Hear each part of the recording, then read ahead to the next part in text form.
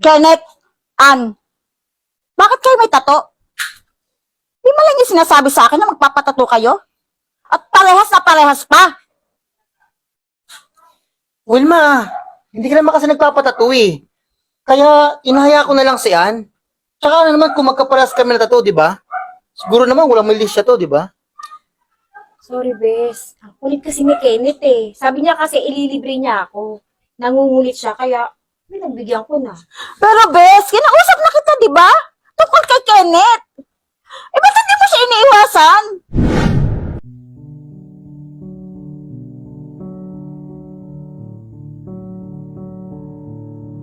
Alam mo, papakilala kita sa best friend ko. Napakabait mo. Bata pa lang, magkaibigan na kami. Uy, BFF! Kanina pa kita hinahanap. Siya nga pala si Kenneth, boyfriend ko. Tanda mo yung kinukwento ko sa inyo nakaraang linggo? Oo. Siya yun. Siya ba? Mm-mm. Oo nga, siya nga. Hi, Kenneth. By the way, I'm Ann. Nice meeting you. Balita ako, galing kang Baguio. Hindi ka ba naninibago dito sa lugar namin? Oo, galing ang Baguio. Hindi naman. Basta para kay Wilma, okay lang. By the way, nice to meet you, Ann, ha?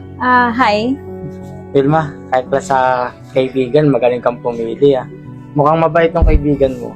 Siyempre, mabait talaga yan si Ann. Kung gusto mo, para sa loob ng bahay, magmerienda tayo doon. Doon na lang natin ituloy yung ating kwentuhan para mas masaya. Sige. Okay lang ba, Han? Tara. Sama ka, Ann. Sige.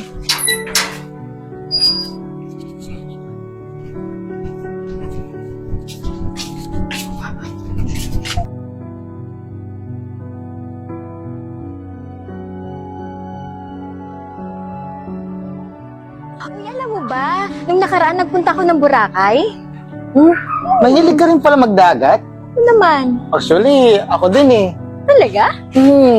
May tattoo ka rin ba? Eto. Lahat naman ng tattoo ko may mga meaning eh. Ikaw, parang ang ganda ng tattoo mo ha. Nagmamagic ka ba? Oo. Gusto mo pakita ko sa'yo? Talaga? Sige. Teka lang, Wilma, ha? Wow. Meron ako dito meron akong coin. Tama, ha? Yung coin na yan, pag nilagay ko dito, automatic mawawala. Wow! Wow! Wilma, akin na nga yung coin. Wow! Ang galing! Grabe, ang galing mo talaga!